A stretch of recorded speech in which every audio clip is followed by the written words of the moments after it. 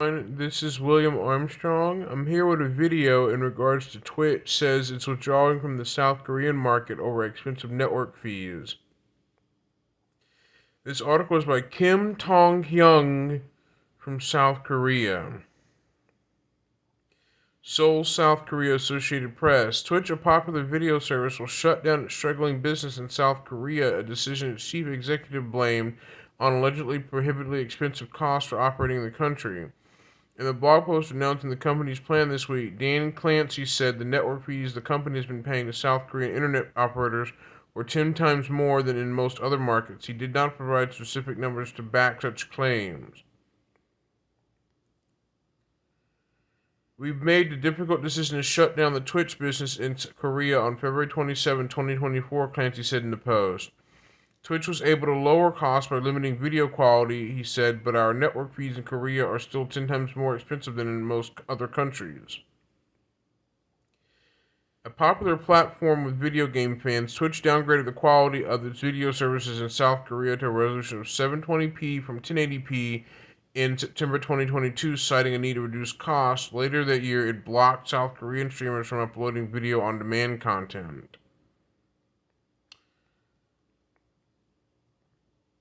The moves drew vehement complaints from South Korean users and are thought to have encouraged many to switch to other services like YouTube or South Korean streaming sites like Africa TV.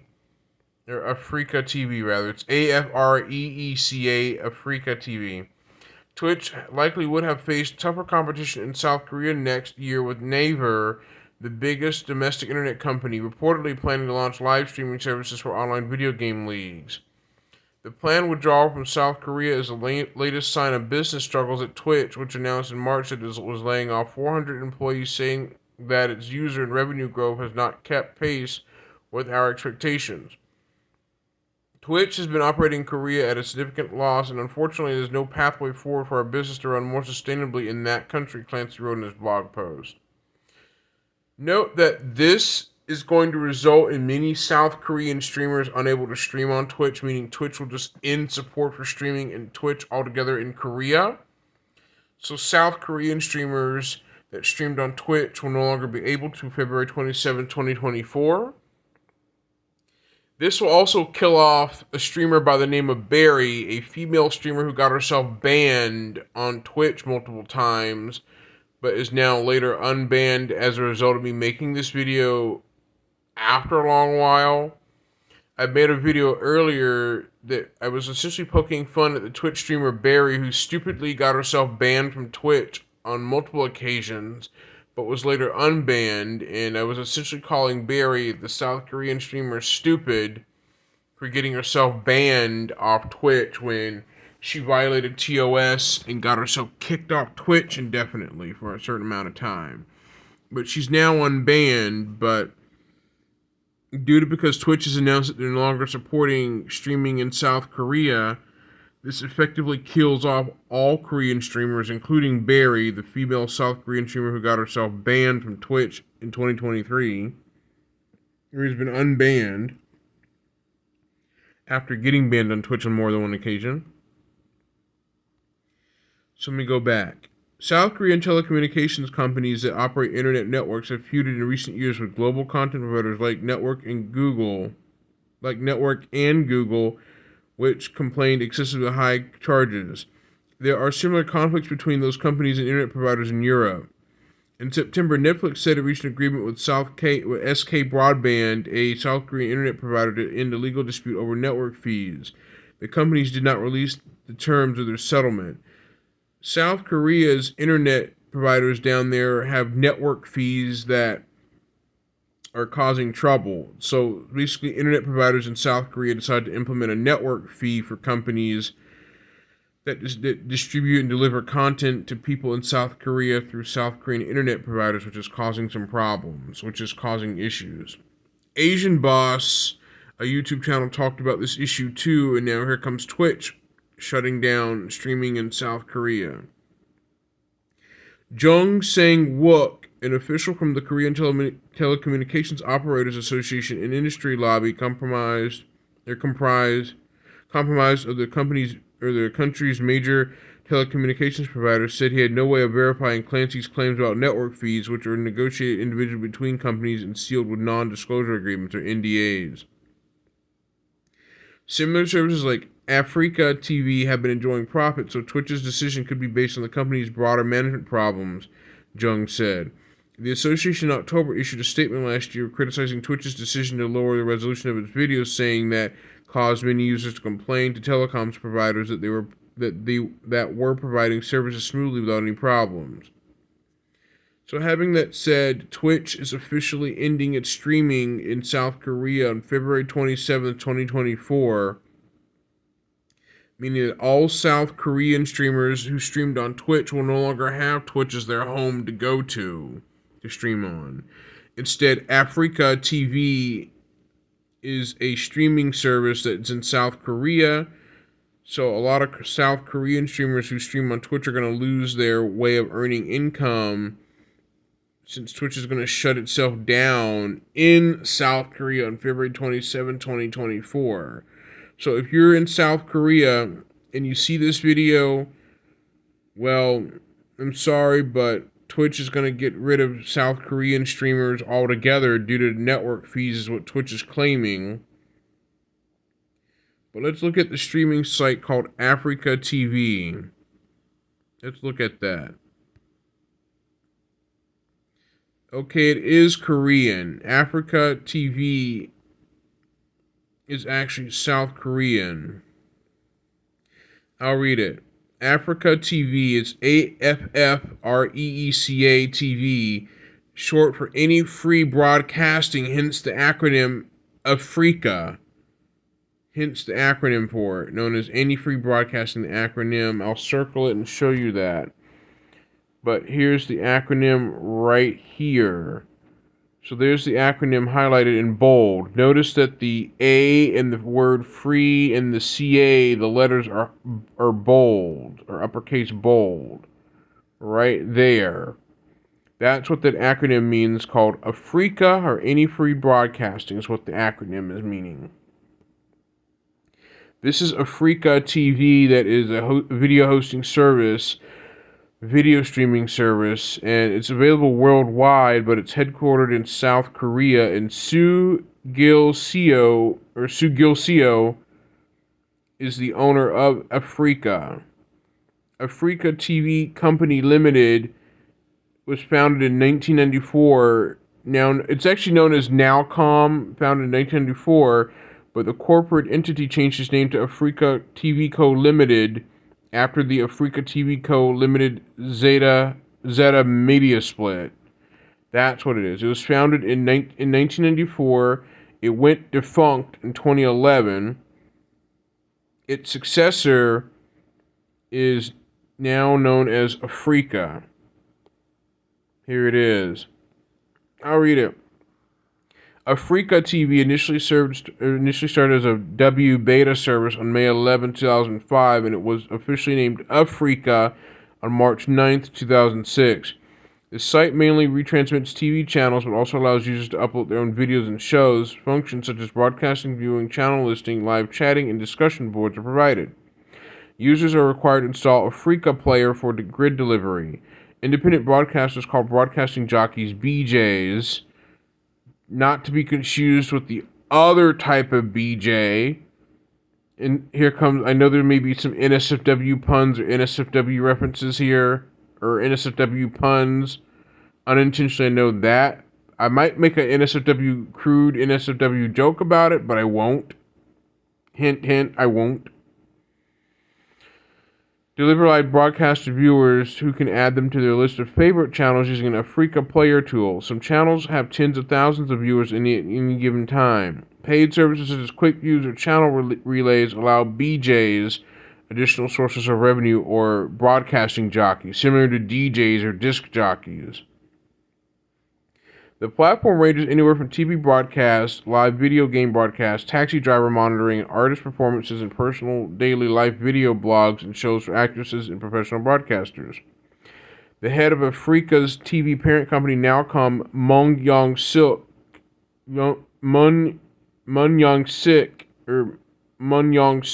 I'm butchering that last name, sorry if I butchered the last name, was arrested in 2008 for illegally distributing copyrighted films. Some alleged arrest was politically motivated due to Africa being used by protesters to coordinate. On September 27, 2012, Africa TV English was released on the Google Play Store. One example of expansion of Africa's role is the hosting of a live talk session with Mayor Park of Seoul, broadcasting live online and via mobile on Africa TV. He used the platform as a way to conduct a community scanning forum to collect public opinions and allow bloggers with various areas of expertise to participate in dialogue. The bloggers were also able to address the problems of facing Seoul and propose solutions in their areas of expertise while also exchanging ideas with Mayor Park and an in-depth discussion on the administration of the Seoul metropolitan government. Depending on the rising power of Africa TV, many idol groups participate in Africa TV for their fans, for example, Nine Muses. Nine Muses is a South Korean K-pop band, similar to BTS. It's K-pop. They do K-pop, dance pop, and synth pop, so it's a K-pop band, sort of. There have been many social problems with Africa TV, such as offers for blank favors and abasement of disabled individuals. Many broadcasters were involved in these incidents, and they were punished by managers of Africa TV by suspension of their IDs. Due to such problems, mass media in South Korea have shown concern about the effects of personal broadcasting platforms. A claim was made that the audience overloading has caused overpayment of fees for internet broadcasting. In light of this, Korea's Clean Internet Broadcasting Council came to an agreement with Africa TV to reduce the payment of maximum to less than 1 million won, a little less than US $900 per day by June 2008. So that's pretty much it. So a lot of South Koreans are upset that they're no longer going to be able to stream on Twitch by February 27th, 2024, which is next year, where Twitch will cease support for South Korean streamers altogether in South Korea. Hang on. Here's another video website known as Bilibili, stylized in all lowercase, known as Bilibili, nicknamed B-Site. It's a video sharing website based in Shanghai, China, where users can submit and view and add overlaid commentary on videos. Bilibili hosts videos on various themes, including anime, music, dance, science and technology, movies, drama, fashion, and video games. But it's also known for extensive Kuso-style parodies by subcultural content creators.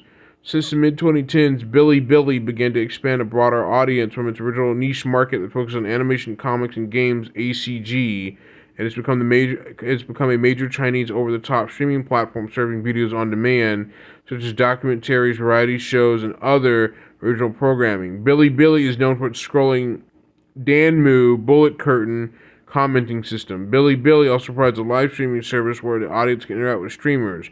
Bilibili offers mini games, mostly ACG-themed mobile games, such as the Chinese version of Fate Grand Order.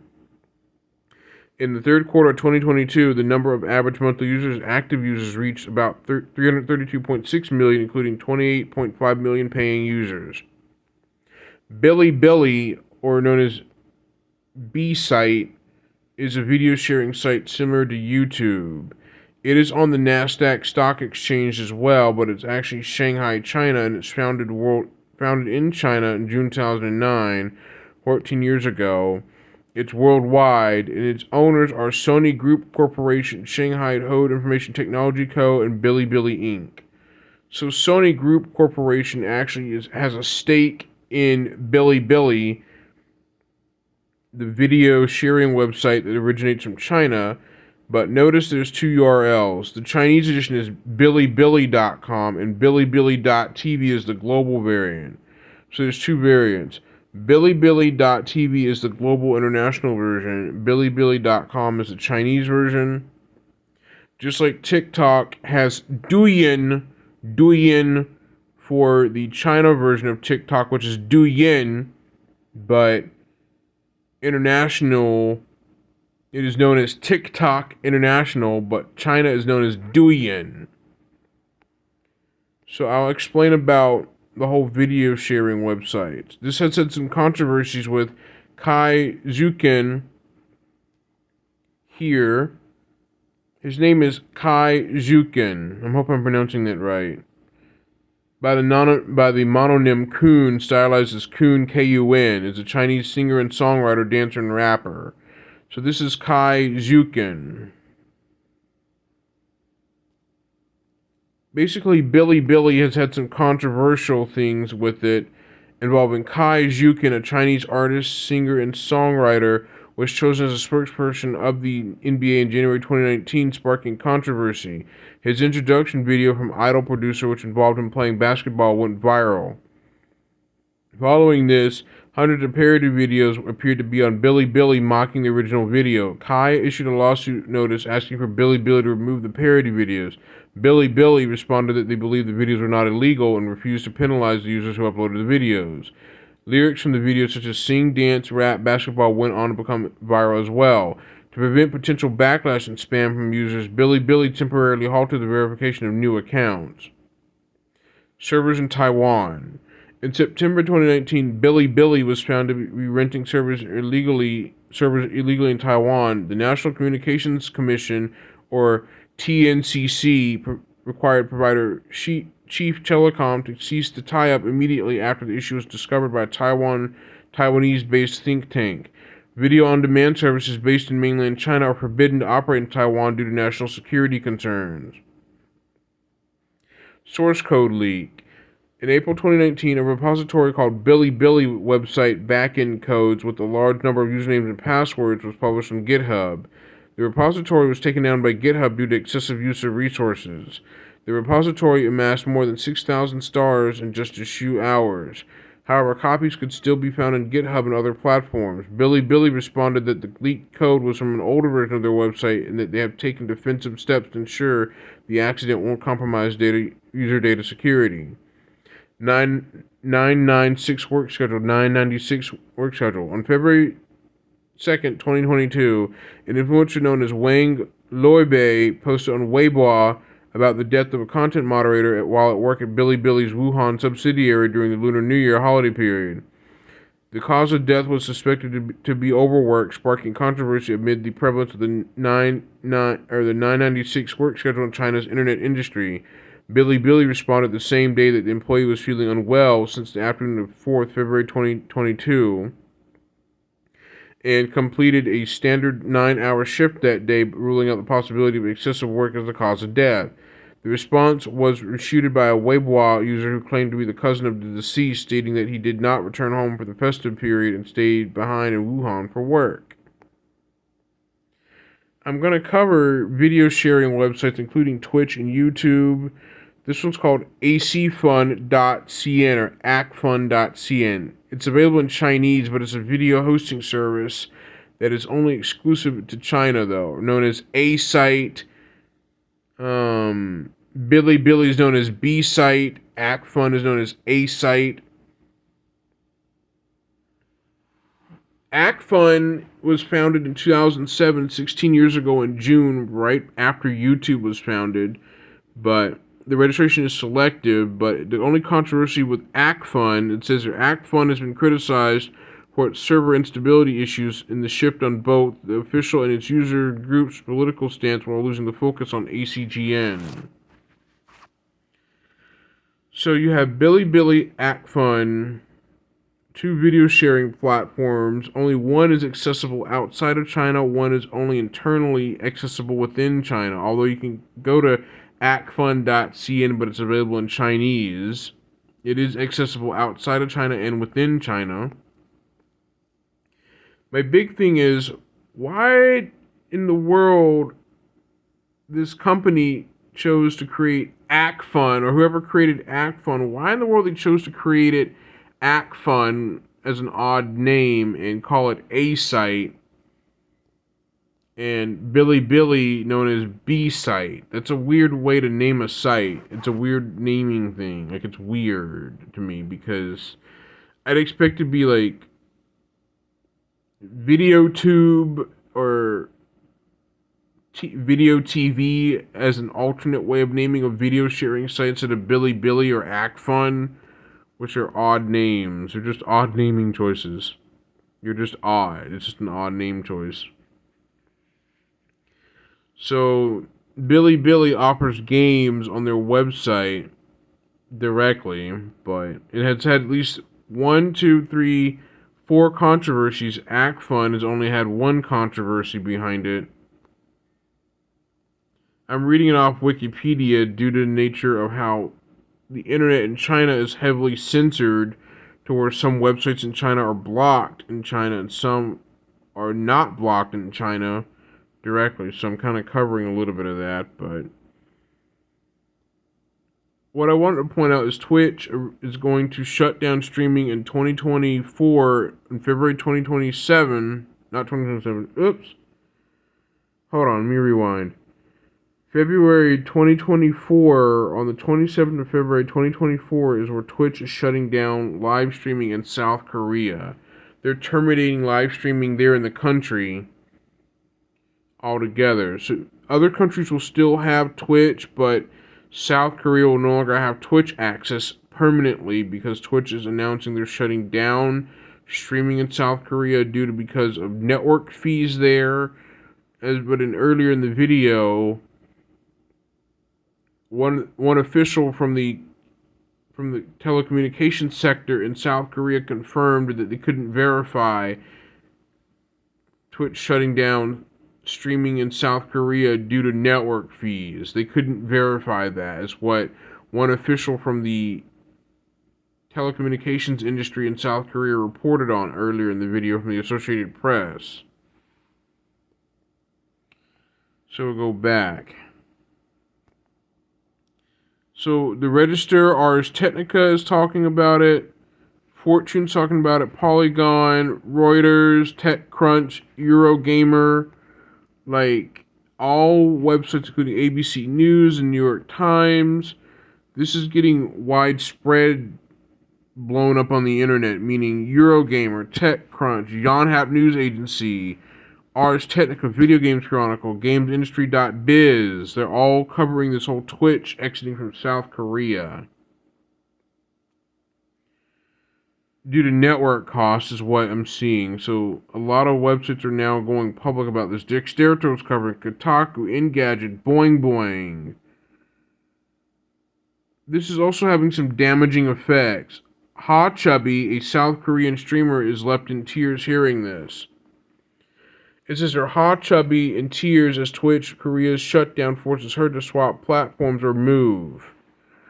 Popular Twitch streamer Ha Chubby was left in tears after learning that the platform would be closing operations in South Korea and that she'd be forced to swap to YouTube or move to a different country. On December 5th, Twitch announced that it would be shutting down in Korea due to prohibitively expensive costs of operating the platform, leaving many streamers without a home. Many streamers have already voiced their concerns about losing their jobs, and Ha Chubby is no exception, going live to voice their frustration. In an emotional stream, Ha Chubby broke down in tears discussing the recent turmoil, but got a pleasant surprise when Mizkif agreed to help her get a visa and stay at his house.